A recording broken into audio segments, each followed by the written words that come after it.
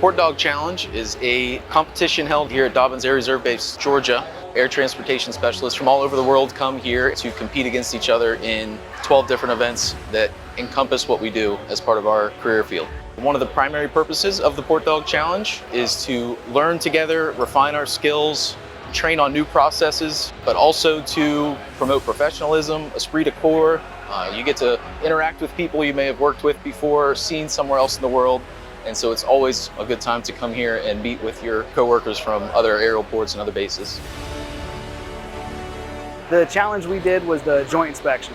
The objective was to identify any discrepancies with the cargo. There was two pieces. There was a Humvee and a pallet that would make the pieces of cargo non-airworthy. For the Humvee, we knew it was going to be the longest because we had to get a lot of the dimensions. So we were center of balance, so we wanted to tackle that first. And I was the only joint inspector on the team, so I had to tackle all the book work, looking through, making sure all the paperwork was correct. And while doing that, we had another person writing down any discrepancies found, making a note of it, and going through the checklist. So the event we just completed was cargo pallet buildup. The objective was to take all of the cargo that we had on the grid inventory list that we were given and put as much cargo on the pallet as we could without going over the weight limitation that we were given. All of us together were going to go in and look at all the cargo.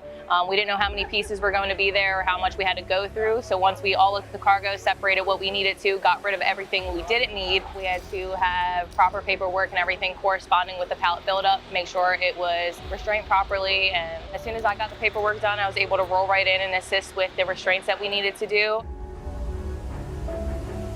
We just completed ERO, which stands for engine running onload offload, and that is probably one of the bigger things that we do within our career field. So during this time, they don't shut the plane off at all.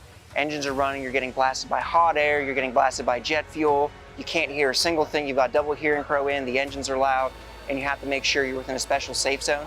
So the main objective was we were going to upload a vehicle, and then we were going to upload a pallet. We had to do the upload, and then we had to do the download. Getting that game plan ahead of time, going through your safety brief, making sure everyone knows what's going on, because you can't communicate well out there, you can't hear, so you need to know your role of responsibility, and you need to be able to trust your fellow wingman to be able to do their job to the best they can do. We just completed the 10K Standard Forklift Challenge, and the 10K Standard Forklift Challenge is a precision event. It's being able to operate MHE, material handling equipment. So the objective of the challenge is you're going to use two drivers. You're going to swap drivers halfway through. One's going to be the spotter for that time around. It's more or less a maze setup to where you need to navigate through with the forklift to quickly and efficiently, safely carrying whether it's a pallet on the one run through or a pitcher of water on the other, and being able to set, place, maneuver, go to the next one, being able to get through that course as fast as possible, but as efficiently as possible without causing any types of infractions.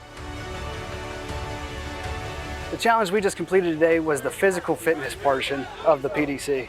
The objective is to test everyone's physical strength and the ability to work as a team and move as one unit. It started off with a 700-meter run.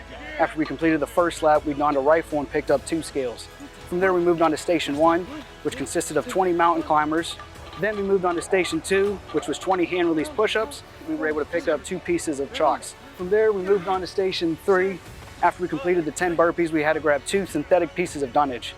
We dragged that down the track to Station 4, where we dropped everything. After the lunges, we finished up one 400-meter run around the track and then made it to the big dog bone. We had to move as one team up a 67-meter hill climb and drop it off at the top. I felt like we were putting up a strong, consistent performance. And so we knew we just had to finish strong, do our jobs, and we'd have a shot to be there in the end.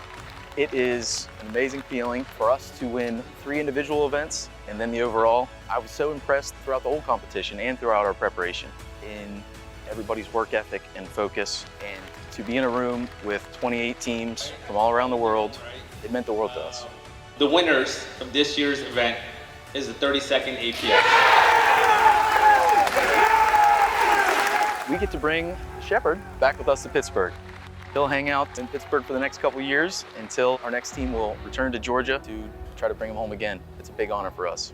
Everybody on this team worked really hard, and they meshed and worked so well together, took it seriously from day one, honed their craft, and really brought their individual experiences and sprinted through the finish line. I could not be more proud and more impressed. I'm so proud of this team, and they deserve this.